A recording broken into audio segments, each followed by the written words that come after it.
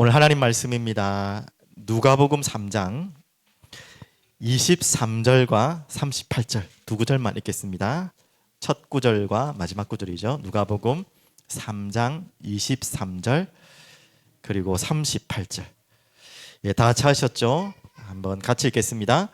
예수께서 가르치심을 시작하실 때에 30세쯤 되시니라. 사람들이 아는 대로 요셉의 아들이니 요셉의 위는 헬리오. 그리고 38절 읽겠습니다. 그 위는 에노스요, 그 위는 셋이요, 그 위는 아담이요, 그 위는 하나님이시니라. 아멘. 오늘 말씀 제목으로 이렇게 잡았습니다. 나를 부르시는 주, 나를 부르시는 주님이라고 잡았습니다. 이번 주간이 감사주일인가 아시고 감사주간인가 아시죠? 우리는 이번 주간이 아니라 52주, 1년 52주가 감사해야 될 이유가 있는, 감사할 수밖에 없는 우리는 존재입니다. 여러분, 감사의 반대말이 무엇인지 아십니까? 너무 잘 알죠? 우리 아이들 감사 반대말이 뭐예요? 감사 반대말. 불평, 불만, 짜증 다 나오겠죠? 예, 맞아요. 그건 감사의 결과고, 그 감사의 저는 반대를요, 맞지만 더 근본적으로 말씀드리려고 합니다. 예전에도 말씀드린 기억이 나는데, 감사의 반대말은 불평, 불만이 아니라 교만이에요. 교만. 예, 교만이 바로 감사의 반대말이에요.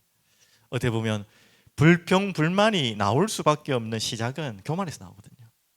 그 교만이란 말은 그냥 잘난 척한다는 그런 유치한 수준을 말하는 게 아니라 나를 모르는 수준이 교만입니다. 내가 진짜 누군지를 모르니까 교만할 수 있는 거예요. 교만할 만한 사람이 교만하면 그것도 꼴보기 싫은데요, 교만할 수 없는 사람이 교만하면 정말 우습잖아요. 맞아. 예를 듭니다. 이거는 육신적인 예입니다. 영적으로 이야기하지만 거지가 와가지고 막 그냥 돈 많은 척 자랑해 샀고 이러면은 참 우습잖아요. 맞아.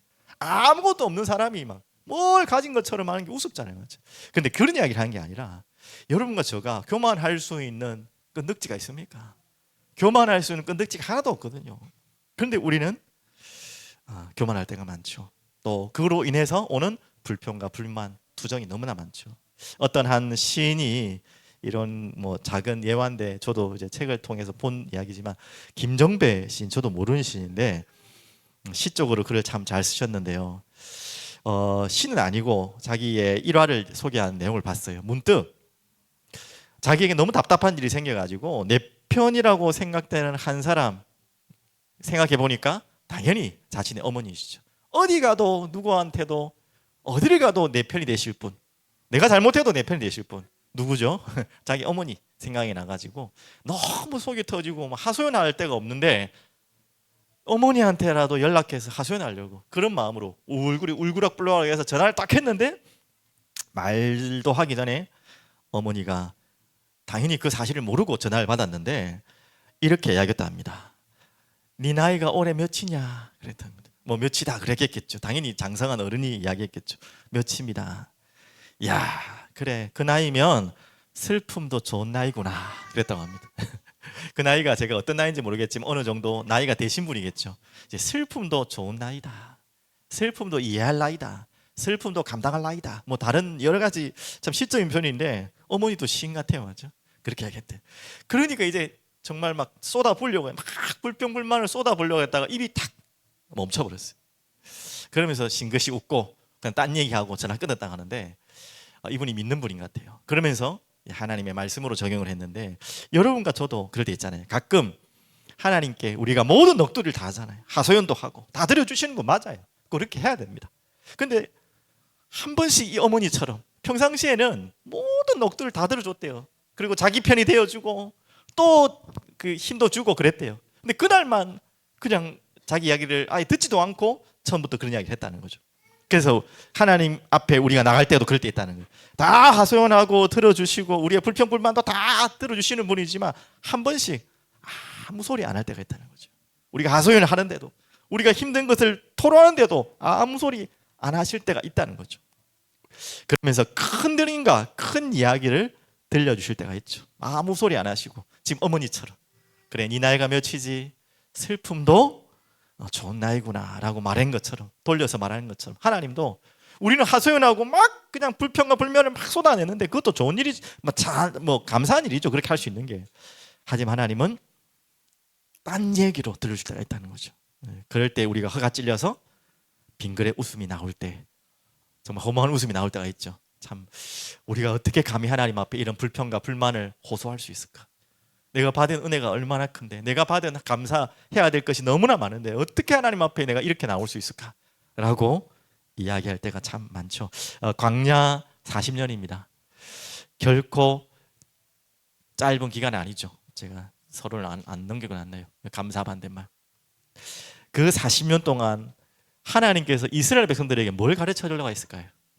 많은 걸 가르치려고 했겠죠. 당연히 뭐 복음, 그리스도, 성막, 여러 가지 말씀, 율법을 가르치는데 그 모든 것 중에서 하나님께서 반드시 가르치려고 하는 게 있는 것 같아요. 또 반대로 말하면 광야를 40년 동안 돌리신 이유를 이거 가르치려고 하나님이 돌리신 이유도 있는 것 같아요. 그게 뭔 것 같습니까? 감사해요. 광야 40년 동안 이들은 불평불만했고 그 결과로 일주일, 길면 한 달 갈 수 있는 거리를 40년을 돌았어요. 그 40년 동안 뺑뺑이를 돌리면서 하나님께서 이스라엘 백성들에게 가르치려고 한 게 뭐겠습니까? 결국은 이거였죠. 감사. 그래서 이 추수감사절, 초막절, 장막절, 바로 이 결기를 지키는 이유가 뭐라고요? 광야를 나와서도 그 후대들도 왜 이 초막을 지어놓고 일주일 동안 자식들과 자녀들과 그곳에 머물게 했죠? 다시 감사를 회복하라고. 광야에서 가르치셨던 그 메시지를 다시 회복하라고. 반대로 말하면 절대 잊지 말라고. 네가 어떤 존재였는지, 어떤 존재에서 어떻게 구원받고 어떻게 나왔는지, 너의 과거의 신분이 뭐였는지. 노예 아닙니까? 평생 노예로 죽어야 될 인생인데 하나님의 은혜로 구원받고 홍해를 가르고 광야를 나왔는데 불평을 해요. 우리 모습이죠. 우리 자신의 모습이죠. 그거 잊지 말라고, 그걸 기억하라고 우리에게 말씀하고 있습니다. 그래서 이 수장절, 장막절 여러분 꼭 기억하시고 해명을 해야 될 게 있습니다. 이 뭐 예배 때 말씀에 해명을 하는 시간 아닌데 말씀과 연결되어서 제가 주일날 설교하고 저 집사람한테 엄청 핍박을 받았어요. 또 이야기하면 또 핍박받을지 모르겠는데 뭐 말만 하면 핍박받았어요. 농담으로 이해하시니까 제가 받아들이면서 진짜 핍박은 아니고 주일날 집에 가자마자 저한테 핍박. 그래 당신 참 착하다. 그래, 당신은 그래 루빈이 혼자 그래 좋아하고 그래 사랑하고 나는 짜증내는 여자고 그래 그렇다. 그래, 당신 이제부터 다 해라. 약도 주고 다 해라. 저는 아무것도 솔직히 안 하거든요. 저희 루빈이 뭐 약도 잘 탈 줄도 모르고 밥도 한번 줘본 적도 없고 그냥 걱정만 해요. 저는 아무것도 저희 사람 다 하면서 걱정하고 그 차이인 뿐입니다. 맞아요. 그러니까 이제 짜증낸 것도 아닌데 제가 그냥 웃자고 한 이야기인데 그게 이제 자기한테는 열이 좀 받았나 봐요.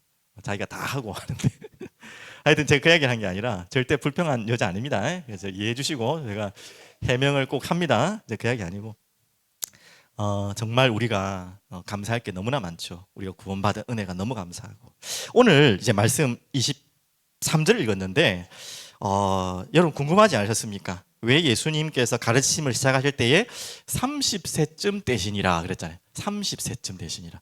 여러분 안 궁금하셨어요? 20살도 건강하고 건장한 나이고 아니면 조금 더 노련한 40대에도 가장 가능하잖아요. 왜 30대에 공생의 사역을 시작하셨고 3여 년 동안 생활하시다가 33세에 십자가 달리셨겠습니까? 뭐 우연히는 아니겠죠. 자, 어디에 그 내용이 나와? 민수기 4장 3절에 정확하게 나옵니다.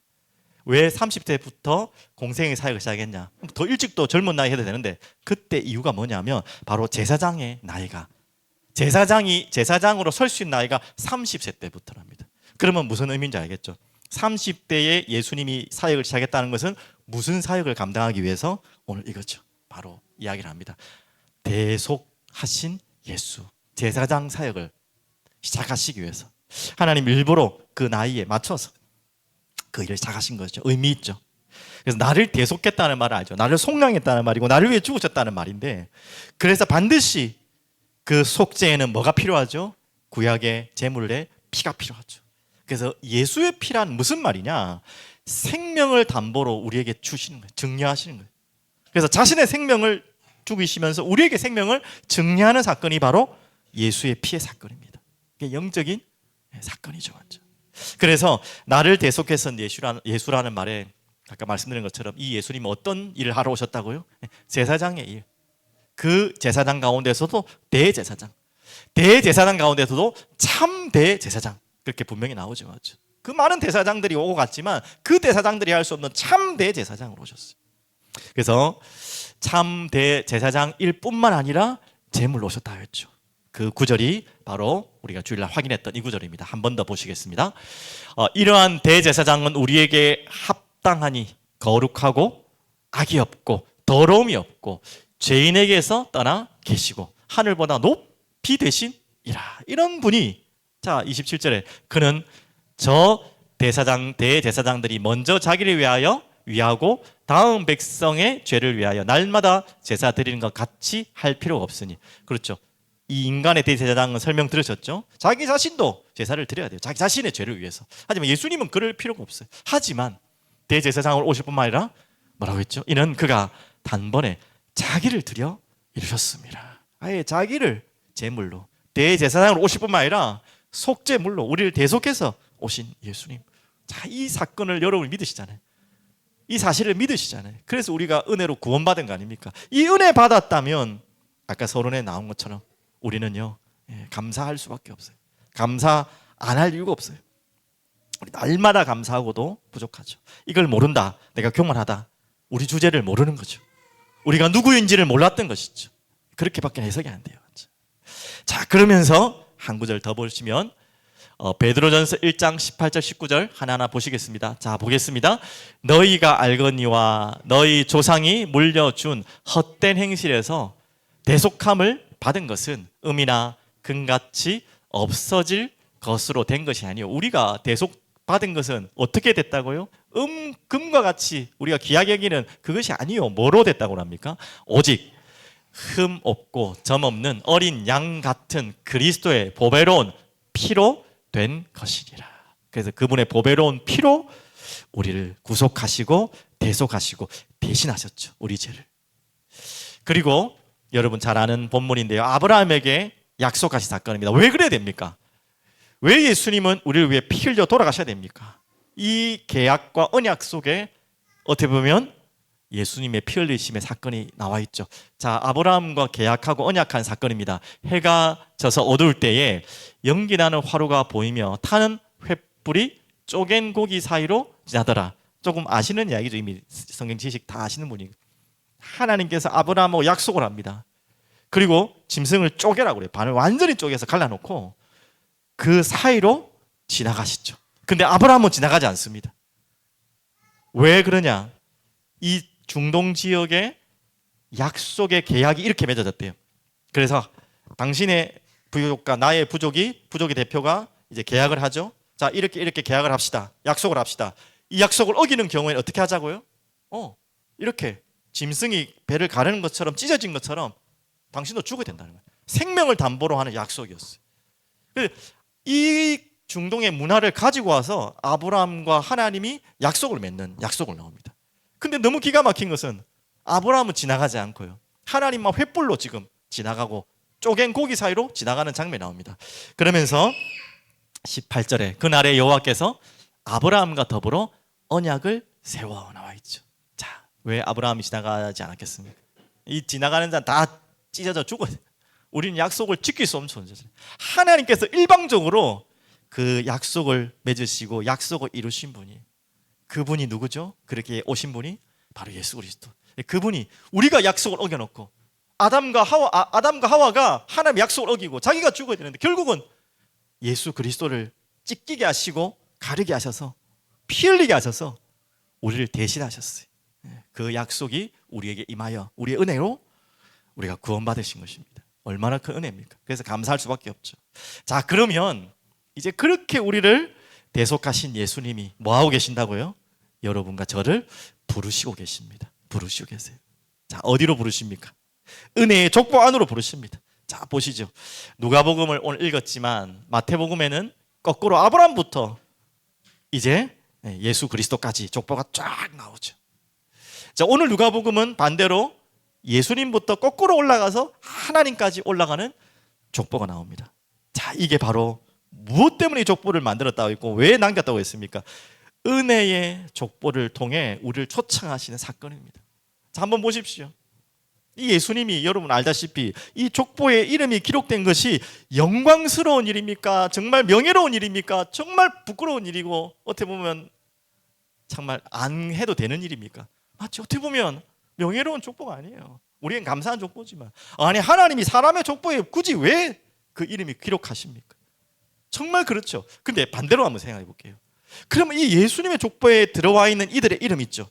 쫙 지금 여러분이 아는 이름 모르는 이름 좀 섞여 있겠지만 있지 않습니까? 이들의 입장에서는 얼마나 지금 영광스러운 이름입니까? 아니 여러분도 족보 따지잖아요. 아, 뭐 세종대왕 뭐 내가 뭐 전주 이시다 이러면 뭐 내 조상들 중에 누구 인물이 있다 이러면 여러분이 그 자손이라면 영광스럽잖아요. 그 족보 안에 들어왔다는 게. 근데 지금 보십시오. 예수님의 입장에서는 부끄럽지만 반대로 어떻게 해요? 이 족보 안에 들어온 이들은 얼마나 영광스럽습니까? 자신이 잘해서 그랬습니까? 자신이 뭐 잘나서 그랬습니까? 아니에요. 은혜의 족보예요. 이 속으로 들어온 거예요. 근데요, 이게 끝이 아니에요. 이 족보가 지금 이것으로 끝난 게 아닙니다. 여러분 어떻게 해요? 지금 족보를 속에서 여러분과 저희 이름을 예수님의 족보 속으로 기록하시고 나세요. 그래서 뭐 하라고 하는 거예요? 나에게로 오라는 거예요. 이 족보 속으로 들어오라. 하나님의 은혜의 영원한 족보의 계보로 초청하시는 것입니다. 어떻게 보면 이 초청하기 위해서 자신이 이 사람의 족보 속으로 들어오신 것입니다. 이렇게 낮고 낮은 사람의 족보에 자신의 이름을 기록할 만큼 자신의 죽음을 통해서까지 우리를 자신의 족보로 부르시는 하나님의 은혜에 주었죠. 얼마나 감사합니까? 그렇게 여러분과 제가 부름받았어요. 하나님 나라의 백성으로, 하나님 자녀로 사람의 족보로 들어오셔서 여러분과 저를 예수 그리스도의 천국 족보로, 하나님 나라의 백성의 족보로 여러분과 저를 부르셨어요. 그 은혜가 여러분에게 임했습니다. 그걸 기억하십시오. 맞죠? 그렇게 마태복음에는요, 다말과 같은, 바세바 같은, 라합과 같은, 룻과 같은, 또 야곱과 같은 어떻게 보면 대단한 인물이 아닌데 이들이 들어온 것처럼 여러분과 저를 하나님의 은혜의 족보로 부르셨어요. 들어오게 하셨어요. 그래서 히브리 10장 22절에 이렇게 말씀합니다. 다 같이 읽겠습니다. 우리가 마음의 뿌림을 받아 약한 양심으로부터 벗어나고 몸은 맑은 물로 씻음을 받았으니 참 마음과 온전한 믿음으로 하나님께 나아가자. 하나님의 이 핏뿌림의 은혜를 통해서 주님께서 부르심에 우리는 나아갈 수 있는, 온 마음과 온전한 믿음으로 하나님께 나아갈 수 있는 은혜의 족보로 우리는 들어갈 수 있는 축복을 허락하신 것입니다. 그래서 감사한 거예요. 그리고 또 한 구절 더 보겠습니다. 마태복음 11장 28절 다 아시죠? 수고하고 무거운 짐진 자들아 다 내게로 오라. 내가 너를 쉬게 하리라. 그리고 또 오늘 좀 함께 봐야 될 이 본문인데요. 여러분과 저의 실체를 보셔야 돼요. 우리가 교만하다. 우리가 뭔가 불평불만이 많다. 아직 우리의 실체를 몰라서 그래요. 여러분과 저의 실체는 바로 이 실체입니다. 보십시오. 누구 이야기인지 아시죠? 자, 이 말씀을 하시고 큰 소리로 나사로야 나오라 부르시니, 나사로가 지금 어떤 상태예요? 지금 완전히 죽은, 아무것도 할 수 없는 썩어서 냄새나는 지금 그런 시간입니다. 44절 보십시오. 나오라 하시니 죽은 자가 수족을 배로 동인 채로 나오는데 그 얼굴은 수건에 쌓였더라. 예수께서 이르시되 풀어 놓아 다니게 하라 하시니라. 여러분, 이런 존재, 여러분과 제가 이미 죽은 존재, 죽을 수밖에 없는 존재를 살리셨어요. 나사로를 살리신 것처럼 우리를 영원한 생명으로 살리셨어요. 그렇게 우리를 부르셨습니다. 여러분을 초청하십니다. 그러면서 디모데후서 1장 9절 하나님이 우리를 구원하사 거룩하신 소명으로 부르심은 이제 왜 부르셨다고요? 우리의 행위대로 하심이 아니요. 절대 그럴 수 없죠. 오직 자기의 뜻과 영원 전부터 그리스도 예수 안에서 우리에게 주신 은혜대로 하십니다. 우리의 행위대로는 그 누구도 이 족보에 들어올 수 없어요. 돈으로도 못 가요. 요즘 어린이 우리 예배 많이 할 때 했잖아요. 뭐 해도 또 못 가요? 기억 안 나네. 돈으로도 못 가요. 또 뭐로 못 가요? 잘생겨도 못 가요. 잘생기면 좋겠지만 또 힘써도 못 가요. 또 지식으로도 못 가요. 무엇으로만 갈 수 있다고요? 믿음으로, 은혜로만 갈 수 있는 나라, 하나님의 나라. 그 족보로 우리를 부르시기 위해서 하나님 은혜의 족보를 이렇게 기록해 놓은 것입니다. 여러분이 이름이 이 예수의 족보 속에 들어오는 하나님 나라의 백성인 것을 믿으시길 바라겠습니다. 그래서 얼마나 감사합니까? 이 누가복음은 굉장히 다른 복음서와 다르게 치밀하게 기록됐습니다. 누가가 이과 출신이잖아요. 의사 출신이잖아요. 그래서 굉장히 얼렁뚱땅 안 쓰고 계획적으로 전략적으로 당연히 성령의 감동 따라서 정해졌어요. 자, 왜 예수님의 족보가 여기에 딱 편집됐을까요? 안 그렇습니까? 그 전에는 어떤 본문이었죠? 예수님의 세례 받으시는 본문이 나왔고요. 그 이후에 우리 이번 주일날 돌아온 주일날 볼 텐데 예수님이 광야에서 마귀에게 시험을 받는 장면이 나옵니다. 그 사이에 이 족보가 딱 나와요. 뭐 우연일 수도 있겠지만 그렇진 않겠죠. 우리에게 메시지를 주는 게 있겠죠. 이것은 무엇입니까? 우리 세례 의미를 이미 기억하시죠? 예수님 왜 세례를 받으셨다 했죠? 우리의 죄를 담당하시기 위해서. 왜 마귀에게 시험 당합니까? 우리가 다 마귀의 시험에 광야의 40년 동안에 철저하게 무너졌거든요. 맞죠? 죄에 무너지고 마귀의 속임수에 넘어졌잖아요. 그래서 이 예수님이 마귀를 이길 수 있는, 마귀의 시험을 이길 수 있는 자라는 그것을 실제로 보여주신 것입니다. 한마디로 뭐죠? 우리는 예수께로 나오는 순간에, 더 정확하게 말하면 예수를 따라가는 순간에, 예수를 바라보는 순간에, 아까 시선이라는 찬양도 했지만 예수를 바라보고 예수를 따라가고 예수에게 나오는 순간에 무엇을 이길 수 있다는 거죠? 죄에서, 그리고 이 사단의 속임수에서 능히 이길 수 있는 하나님의 힘이 주신다는 거예요. 우리는 못 이겨요. 절대 못 이겨요. 하지만 예수 그리스도로만 가능하다는 거예요. 이 족보의 은혜 속에 들어올 때 참 기가 막히게 이 누가가 딱 여기에다가 예수 족보를 넣고 우리를 부르신 것입니다. 자, 그러면 마지막 결론으로 이미 다 힌트 얻었을 겁니다. 우리 아이들만 한번 모셔봅시다. 아이들이 지금 쳐져 있습니다. 아이들 한번 보십시오. 자, 하나님께 우리가 드릴 수 있는 최고의 선물이 뭘까? 이제 크리스마스가 다가오고, 아까 누군지 모르겠지만 메리 크리스마스 벌써 막 그러던데, 메리 크리스마스 하면 선물이 필요하잖아요. 선물을 왜 나눕니까? 이유가 뭐죠? 그냥 문화니까? 아니잖아요. 우리가 하나님께 받은 은혜의 그 감격이 얼마나 큽니까? 그래서 그 기쁨을 나누는 거죠. 자, 그러면 우리 서로 사람들끼리만 선물 나누지 말고 내가 하나님께 드릴 수 있는 최고의 선물은 뭘까요? 우리 아이들 한번 생각해 봅시다. 예배, 오 맞아요. 기도, 오 맞아요. 찬양, 맞아요. 너 가르쳤지? 얻어 걸렸지? 맞아요. 저거 이야기하려고 저는. 하나님께 드릴 수 있는 최고의 선물은요, 맞아요. 감사, 기도, 찬양 다 맞아요. 근데 그 감사, 찬양, 기도가 한 것이 들어가야 돼요. 반드시 이게 들어가지 않으면 예배가 되지 않고요, 기도가 될 수 없고요, 찬양이 될 수 없어요. 감사, 맞죠? 감사가 빠진 예배겠습니까? 감사가 빠진 기도가 될 수 있겠습니까? 감사가 빠진 찬양, 과연 그게 찬양이겠습니까? 맞죠? 감사가 어떻게 보면요, 하나님께 우리가 드릴 수 있는 최고로 좋은 선물, 드릴 수 있는 최고의 선물이, 하나님이 가장 기뻐하시는, 또한 받으시기를 좋아하시는 선물이 바로 감사입니다. 그래서 감사가 되려면, 또 감사하려면 또 하나 더 있어야 돼요. 뭐가 된다 했죠? 겸손이 되겠죠. 반대로 교만하지 않아야겠죠. 겸손과 연결된 게 뭐죠? 순종이죠. 여러분, 정말 감사하는 마음으로 예배드릴 수 있다면, 감사드리는 마음으로 기도할 수 있다면, 감사의 마음으로 찬양할 수 있다면 반드시 따라오는 게 뭐라고요? 겸손과 함께 순종할 하나님, 무엇이든지 말씀해 주십시오. 뭐든지 다 듣겠습니다. 여러분, 정말 감사하면 그렇잖아요. 너무 감사한 분한테 나갈 때 그분이 요구하시는 거, 그분이 부탁하시는 거, 그분이 말씀하시는 거, 말이 안 되는 이야기라도 다 해드리고 싶잖아요. 아니, 어떻게 내게 이런 걸 다 시킵니까? 아니, 하나님 나한테 뭐 이렇게 합니까? 이게 뭐죠? 이미 감사가, 교만이 딱 찾아오. 여러분이 감사하고 순종할 수 있는 것이 하나님이 가장 기뻐 받으시는 선물입니다. 오늘 크리스마스가 다가오는데 이미 또 감사주의를 지나가고, 여러분 정말 감사를 하나님께 드리시는 여러분 되길 바랍니다.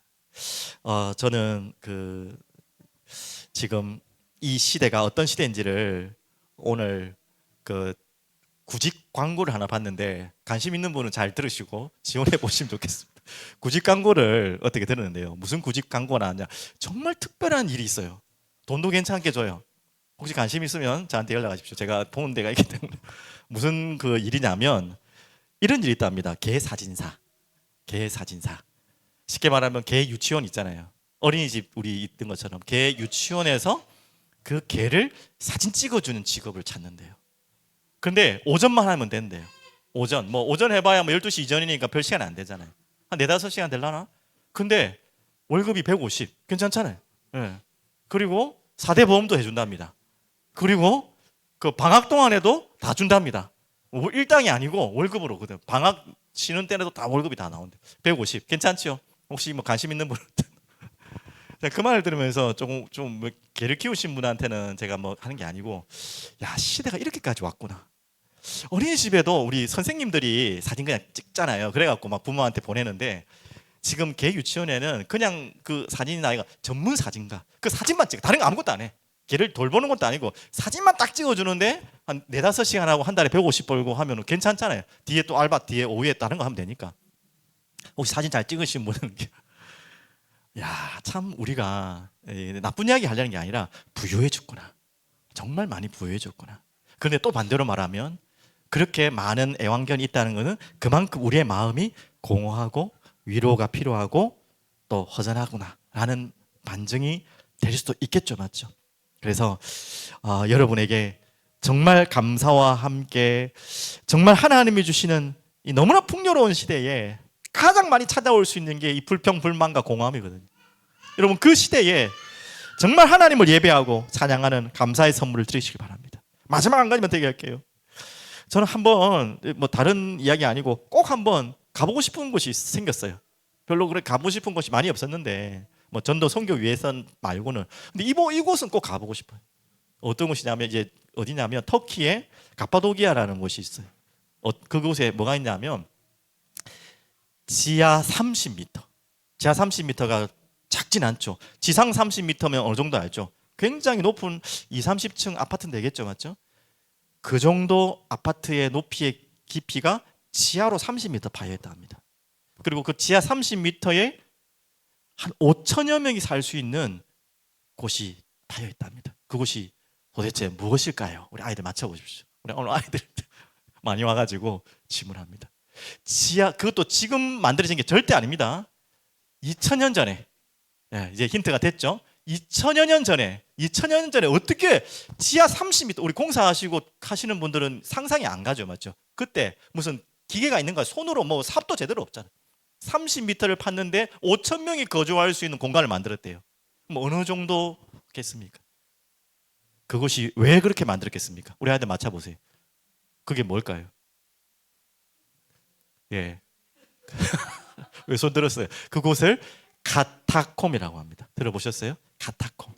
예, 바로 로마의 핍박 때문에 이 기독교인들이 숨어서 지하 도시로 들어간 거예요. 30m는 보통이 아니죠. 5천 명이 사는데 그곳에서 태어나서 죽은 사람들도 많답니다. 그래서 한 번도 태어나서 죽을 때까지 햇빛을 보지 못한 사람들도 있답니다. 태어나서 죽을 때까지 햇빛도 한번 보지 못하고 지하에 뭐 전기시설이 잘 되겠습니까? 배수로가 잘 되겠습니까? 무슨 뭐 환풍기가 잘 되겠어요? 말이 안 되는 이야기죠. 근데 그렇게 살아가는데 그들이 불평하고 불만하지 않았어요. 그랬다면 벌써 나왔겠죠. 거기에서 감사하며 예배하며 찬양했대요. 자, 그런 모습 저도 한번 지금도 남아있는데 아직까지 발굴이 다 안 됐대. 너무나 어마어마해가지고 아직도 발굴이 다 못했대. 지금 발견된 게 30m 5천여 명의 공간에 사람들이 살 수 있는 것을 발견했답니다. 자, 정말 한번 보면 눈물 안 날 수가 없죠. 그리고 우리가 지금 살고 있는 예배드리는 지금 오늘의 이 모습이 정말 할 말이 없게 만들어요.